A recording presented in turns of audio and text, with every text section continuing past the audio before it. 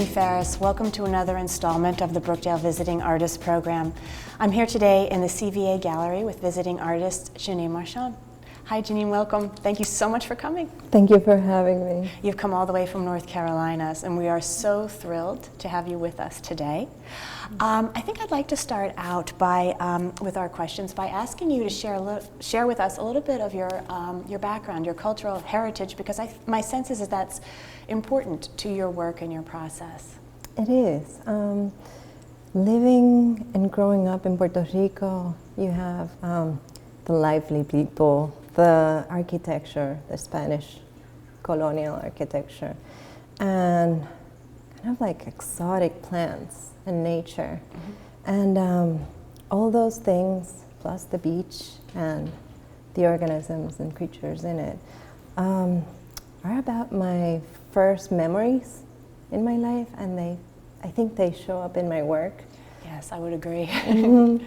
So you grew up in San Juan, is that right, in Puerto Rico? Mm-hmm. And I think we were talking before, and you said that you were 17 when you came to the United States here. Mm-hmm. And I've noticed that in your work, many of your pieces have Spanish titles, which seem to have, which again seems to reinforce that cultural heritage for you. Mm-hmm. I think what I'd like to do is kind of jump into talking about the work now. Mm-hmm. And if viewers go to your website, they will see that you divide your body of work into, at this point in time, sort of 4 separate themes. Mm-hmm.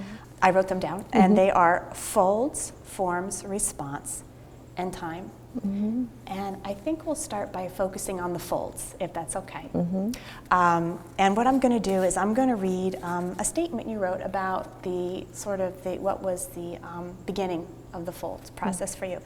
And what you said was, I grew up in a house where there was fabric draped on the dining room table waiting for my mother to sew it into a dress.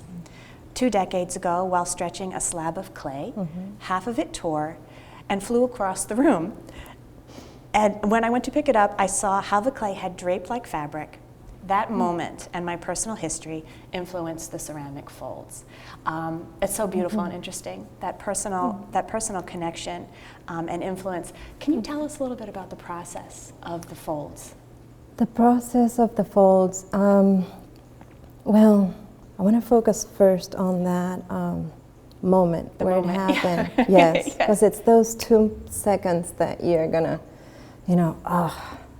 I'm going to pick it up. But, when you stop and you observe what happened, because things happen for a reason, and if you take those 2 seconds to actually look, you don't miss the lesson, Sure, yes. And so that's important in my work. So now, instead of stretching slabs, I compress them with a rolling pin. Ah, okay. And then I fold them, and it's kind of like a collaboration with the clay. The clay kind of wants to drape, and I'm just holding it. So it drapes, and I follow it. And then I also used to do a lot of puzzles when I was growing up. So my pieces kind of are like puzzles. They interlock in unique ways. So there's one, and then the next one will be to the contour of the previous one. And I take them apart and sand them, and then I sand them again. I wet sand them, then dry sand them, then fire them in the kiln. Okay. And then I sand them again so that they're really smooth and refined, so that the light is absorbed very gently, not reflecting. The glaze would reflect light. That's why I don't glaze my pieces. I see. I just use white earthenware, white clay. And I use white earthenware because it's warmer in color. Porcelain would be cooler. Okay. And I really enjoy that. It's a beautiful surface. It's so beautiful. And so smooth. And I think that's what draws people in. And then I think what happens is, at least for myself, you're drawn in by the beautiful surface and the undulations, and then you realize what the material is. And that's like a little bit of a shock almost. And how important is it? Do you want the clay to read as something else other than clay? Is that important? Clay is your medium. It is. But it does read like fabric, you know, the surface the folds It read does. to some degree. To me, there's so many things that it relates to. It relates to the sand that I used to look at it in the beach with the lighting. It reflects to me as waves. There's motion in them. Yes. You know? There's a lot of motion. Some people say, I want to take a bite out of it because it reminds them of some kind of pie or something. So it sounds like you're letting the viewer bring to the piece. You have the creative impulse that comes from your personal history, but the viewer has their own personal history as well. And so you're open, it sounds like, to letting the viewer bring their own personal history to the piece. So it's a collaborative in a lot of ways, it sounds like. They're so beautiful. I had a very hard time picking from your work what I wanted to ask you questions about. And what I'd like to do next, if it's okay, is you have some bodies of work on your website that are more about installation. You're taking your pieces and you're putting them in specific places. And these two categories are listed under response and time. And I'm wondering how this jump from the ceramic pieces to installation happened for you. If it's easy to determine. I don't know, sometimes there's a flow. So that happened during grad school. I had been doing installations with elements in clay before, where there's elements migrating on walls, like birds or school of fish, you know? Yes. And they relate to each other, and sometimes you think they're random, but they're not. There's, you know, when they're migrating, there's information. There's a pattern there, right? Yes. So they all relate to each other. But in grad school, Tony Hepburn was my mentor and the head of the department. May he rest in peace. He could read each one of us in such a way that he would know you and what your work was about, what you were about. And he would open your eyes and you would be like, this is what I'm supposed to be doing. That's right. And it's in me. So response, so looking at something, observing how it works to understand it, and then to find material, to approach it, to make it stand out, like something banal from, you know, every day, and you just want to make it notice, like the cracks and the pins. Yes. So during my second year in grad school, Tony was retiring that year, and he was not going to work in the studio. And we had one extra student that year, and I was the manager of the department and his assistant. So he asked me if I wanted to work in his studio. And his studio is beautiful, big windows, the lights amazing. And so the space influenced the work, and there was a history in there. He had been working in there for years, and he was a big drawer. Like, he used to draw amazingly, besides the sculptural work. And the big wall that was there is where he used to pin his drawings.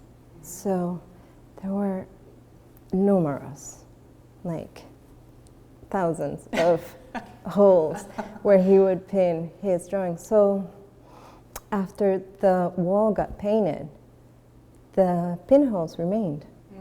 And I kind of wanted to honor each pin that he put to hold up his work.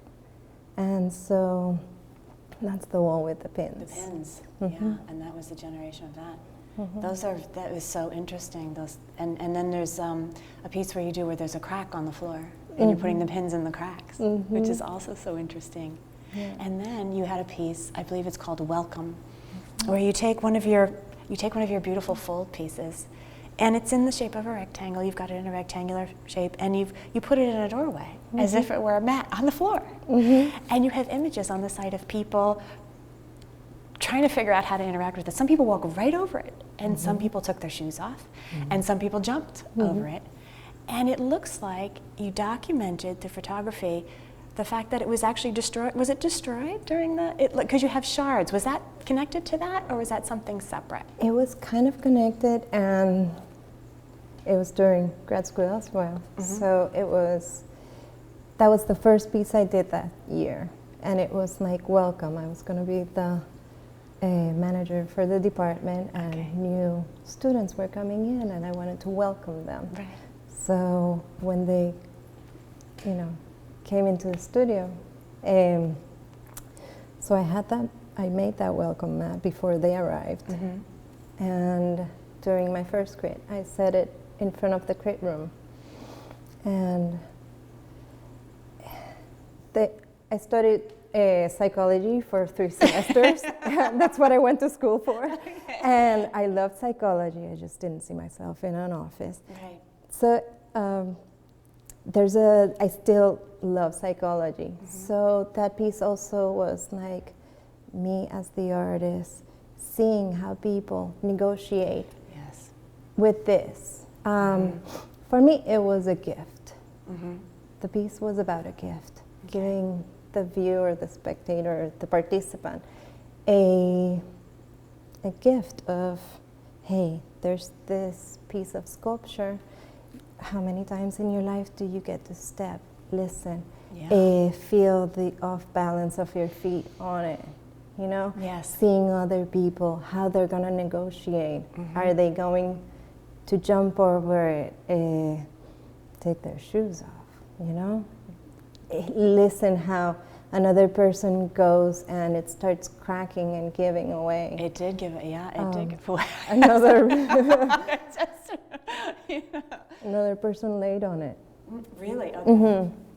So it did not break at that point. Okay. It did take in the footprints. It did, okay. There were a lot of different things that happened along the way.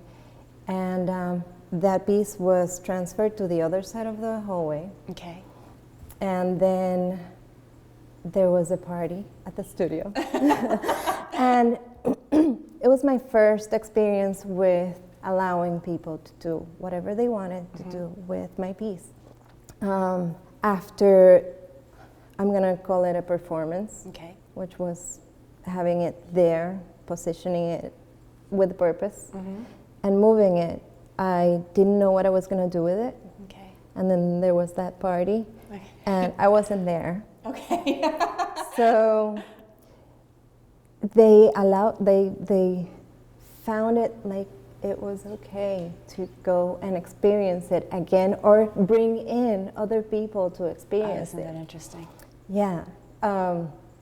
The next morning, I didn't find it so interesting. I was like, I could have had other plans for it, but the fact that happened, it opened my eyes. Like, you don't have control.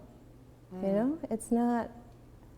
So you found it. Did they put it in the bucket and the note? No. It was just laying there. Okay. And the beautiful thing is that it looked like, they had pushed it, and the remains. It was like the ocean, when it goes back.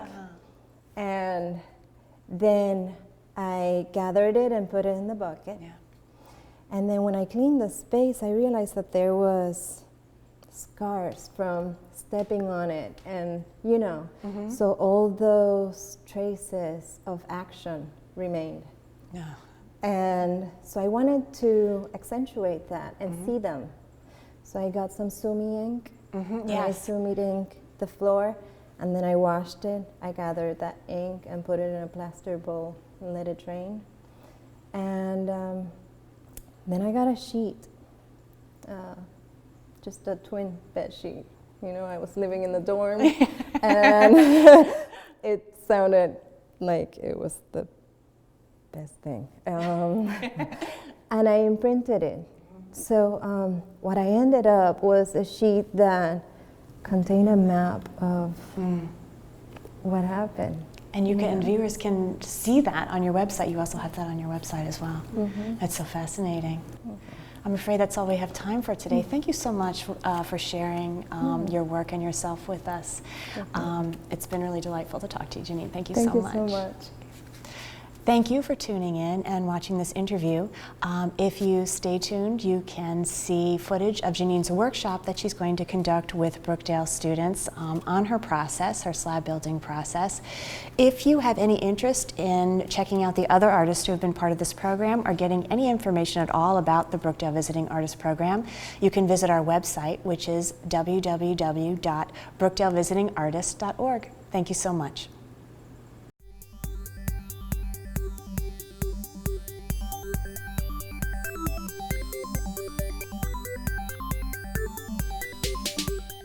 This is not your ordinary community college. This is an education for the 21st century, a college that learns from industry trends and adapts to the changing job market.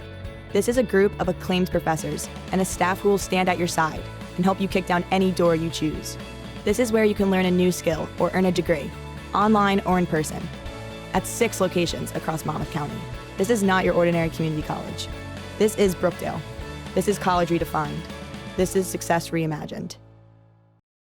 Hello, I'm Amy Farris, coordinator of the Brookdale Visiting Artist Program. The Visiting Artist Program seeks to bring established and emerging artists into the art department at Brookdale to interact with students, faculty, and the local community. The program has 2 pieces, a hands-on workshop for students with the visiting artist and a free public lecture given by the artist on their work and process.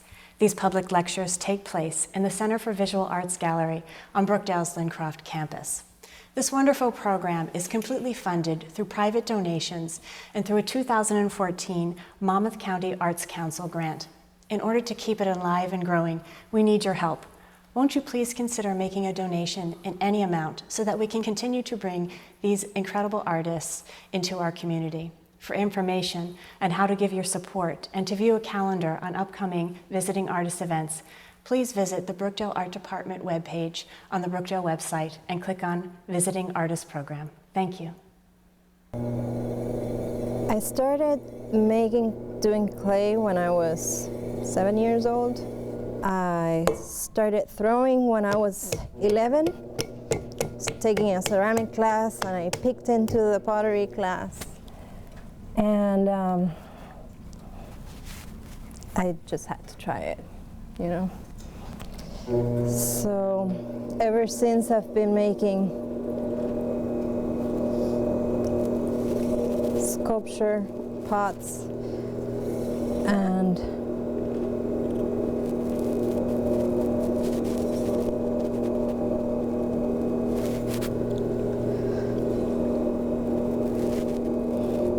I'm centering. What I'm doing is I am keeping this arm in place. So I tell the clay where to go. If I press a little, it will go up. There's nowhere else to go. If I push it from the top, it goes down. Okay? So the other one is compressing, or compressing this way, and the only way it has to go up. But I'm keeping my guide arm in center.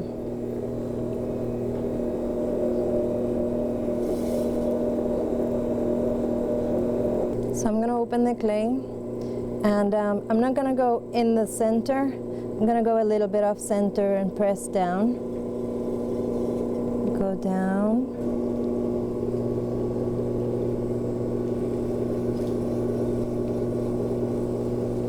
And now what I'm doing is I am bringing the clay and making that a floor on the pot. I'm going to start in the center and pull back. And I can feel with my thumb how much clay I have in the bottom.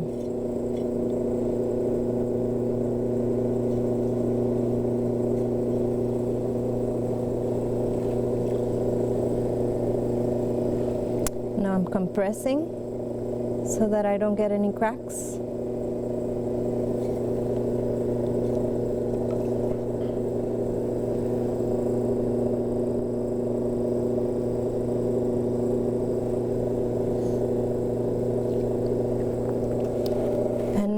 gonna do is I'm gonna push out with this hand, with the interior hand, and I am going to pick up with the other hand.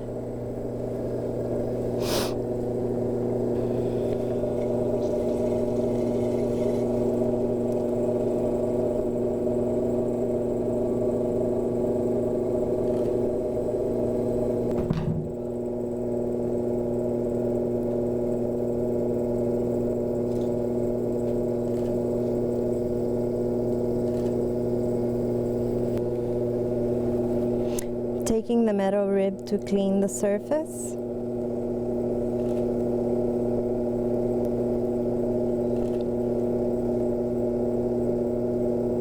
And to compress from the inside towards the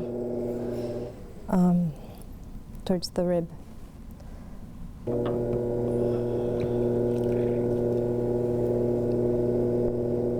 So I used to make a lot of these and make functional.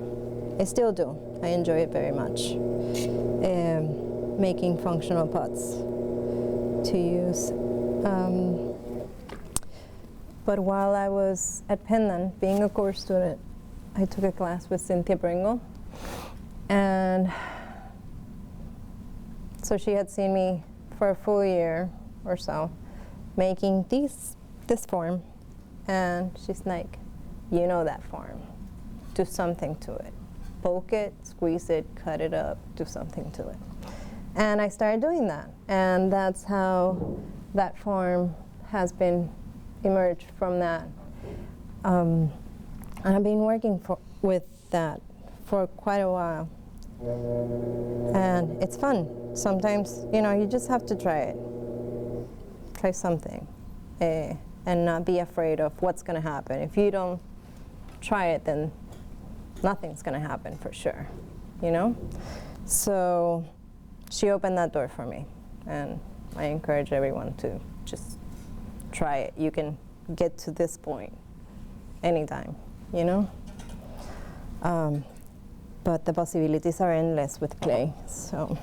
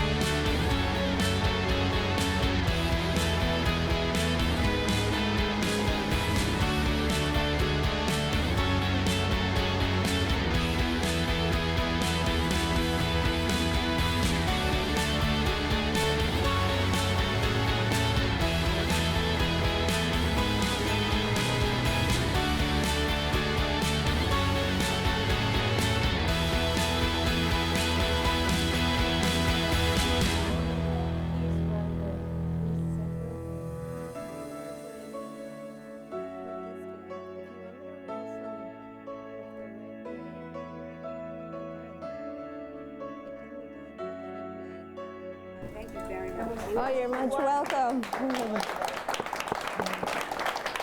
Thank you. This is my first semester here at Brookdale. I'm a studio art major.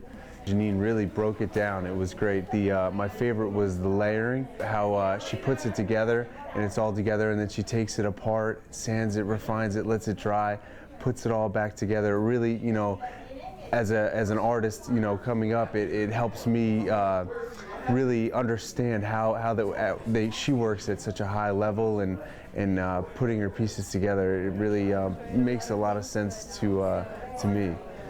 She's on a whole nother level, and it's pretty cool, like the way she could shape and form so many different things with like that much clay, and it's insane.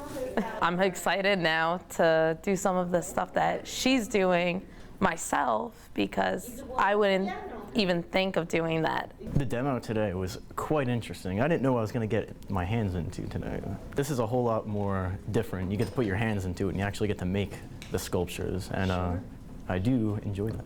I really did enjoy it a lot. It was very inspiring. It's just so different from the norm of what you think that you're going to be doing with a ceramic. You think you're just going to be making like a simple bowl or a cup, and she really like does the intricate folds, and it gives it almost like its own texture, like a fabric. When you're learning, you think that's the set way of doing something, and it's not. There's always things that you can explore and try, and it's just crazy to me. Like, it's just eye-opening.